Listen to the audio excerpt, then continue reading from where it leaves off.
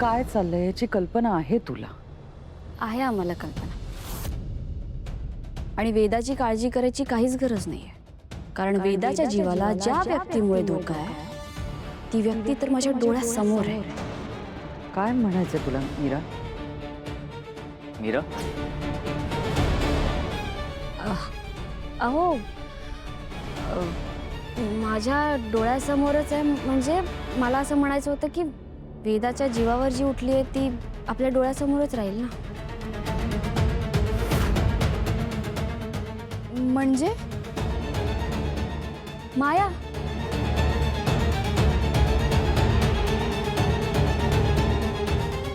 मायाबद्दल बोलत होते मी.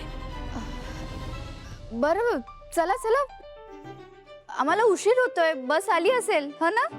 चला. हो. नीट मजा कर, कुल्फी खा, कॉटन कॅन्डी सुद्धा खाऊ शकते. मी काहीच म्हणणार नाही तुला. ओके वेदा, खूप खूप मज्जा कर. आणि हो, सावकाश जायचं, कळलं? आई, मी बस चालवणार नाहीये.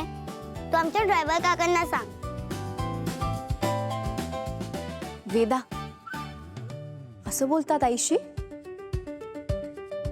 नाही, ते मी फक्त अगं नाही, बरोबर आहे ना अनन्या. हे आपण ड्रायव्हर काकांनाच सांगायला हवंय ना की ड्रायव्हर काका बस जरा सावकाश चालवा. हो ना?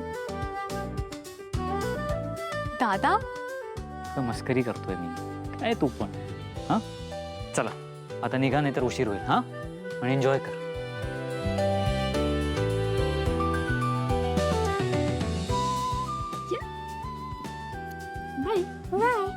चला. जा.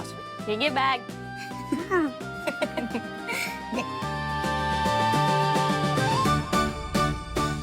बाय वेदा. बाय. अथर्व, तुम्ही तिला पाठवलेत खरं, पण मला खरंच खूप भीती वाटते. वेदाची काळजी करायची काही गरज नाही आई साहेब. वेदाच्या पाठीशी देवी आई आहे. तिला हात लावायची सुद्धा कोणाची हिम्मत होणार नाही. आई, मी वेदासाठी सिक्युरिटी अरेंज केली आहे. डोंट वरी. अरे अथर्व, इतकी सिक्युरिटी म्हणजे सगळ्यांना शंका येऊ शकते, अडचणी वाढू शकतात. नाही नाही, मी त्यांना स्पेसिफिकली सांगितले की वेदावर जरा लांबून लक्ष ठेवायला. सो काहीच होणार नाही. ओके ठीक आहे, आता तुम्ही ठरवलंच आहे तर मी काय बोलणार.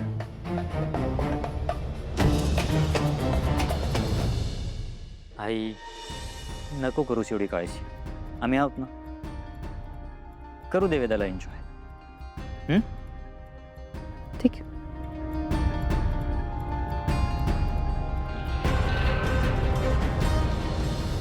किती खोटारडी आहे ही बाई. हिचं प्रेम, हिची काळजी, सगळं सगळं खोटं होतं कायम.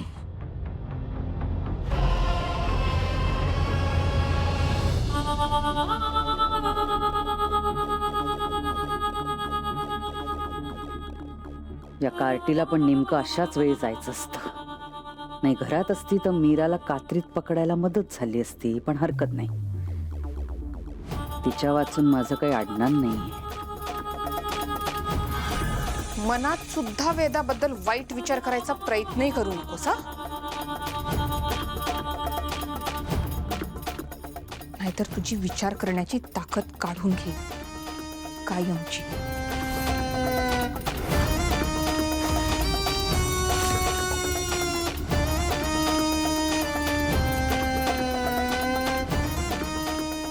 तू माझ्यातली ताकद काढणार? तू विसरतेस का की तू अशी एक आत्मा आहेस जिच्यामध्ये स्वतःची ताकदच नाहीये, जी फक्त इकडून तिकडे तिकडून इकडे अशी फिरू शकते. आणि तुमच्याशी लढायला मला वेदाचा वापर करण्याची काही एक गरज नाहीये. तुमच्यासारखी फॅड नाहीये मी.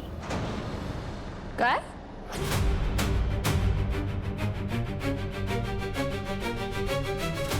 काय म्हणालीस तू? वेदाशी तुझं काही घेणं देणं नाहीये. तू कुठल्या थराला जाऊ शकतेस ना हे आम्हाला चांगलंच माहिती. तुझा हा चांगुलपणाचा आव आमच्या समोर आणू नकोस. तुझं हे रूप बाजूला ठेव, आमच्या समोर तरी.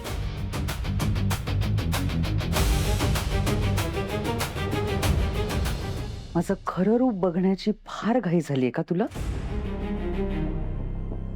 मग बघ, हेच आहे माझं खरं रूप, जे काळालाही जुमानत नाही असं चिरतरुण रूप.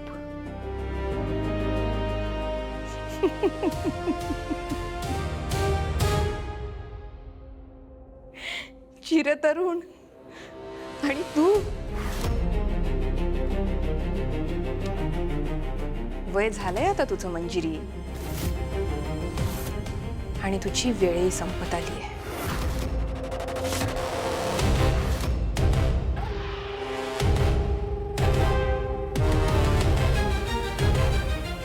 माझ्या नादाला लागू नकोस हं तू, नाही तर तुला अशा ठिकाणी पाठवून देईन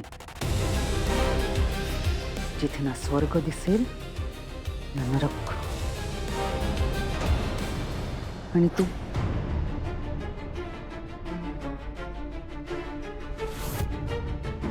ही मंजिरीला काय झालंय? कोणाची भांडतीये?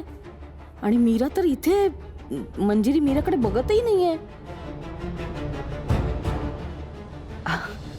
अगं, स्वर्ग काय नरक काय हे इथेच आहे आपलं जग. म्हणजे जेव्हा आपण आनंदी असतो तेव्हा आपण स्वर्गात असतो, आणि जेव्हा आपण दुःखी असतो तेव्हा नरकात. आणि मी तुला किती वेळा सांगितलंय मीरा की किचनमध्ये फार वेळ उगाच काम करत जाऊ नकोस. नर्मदा आहे आणि आता तिची नवीन सून सुद्धा आहे, आणि आपलं ठरलं होतं ना की किचनचं सगळं त्या दोघी बघतील म्हणून. मग तू कशाला करतेस? जाऊन आराम कर. आलीच.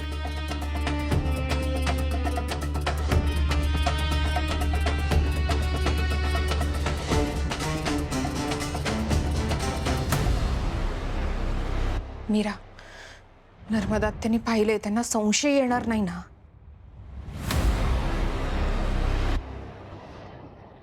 येऊ देत.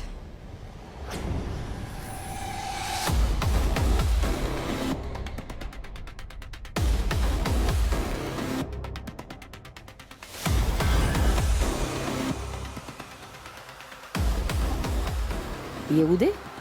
काय येऊ दे? आणि कुणाला सांगितलं हिने? अरे देवा, ते भूत बीत पुन्हा आला नाही ना घरात?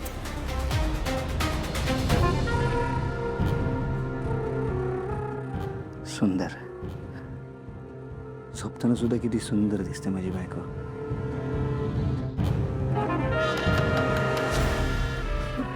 काय करतोस? नाही काय नाही. Good morning.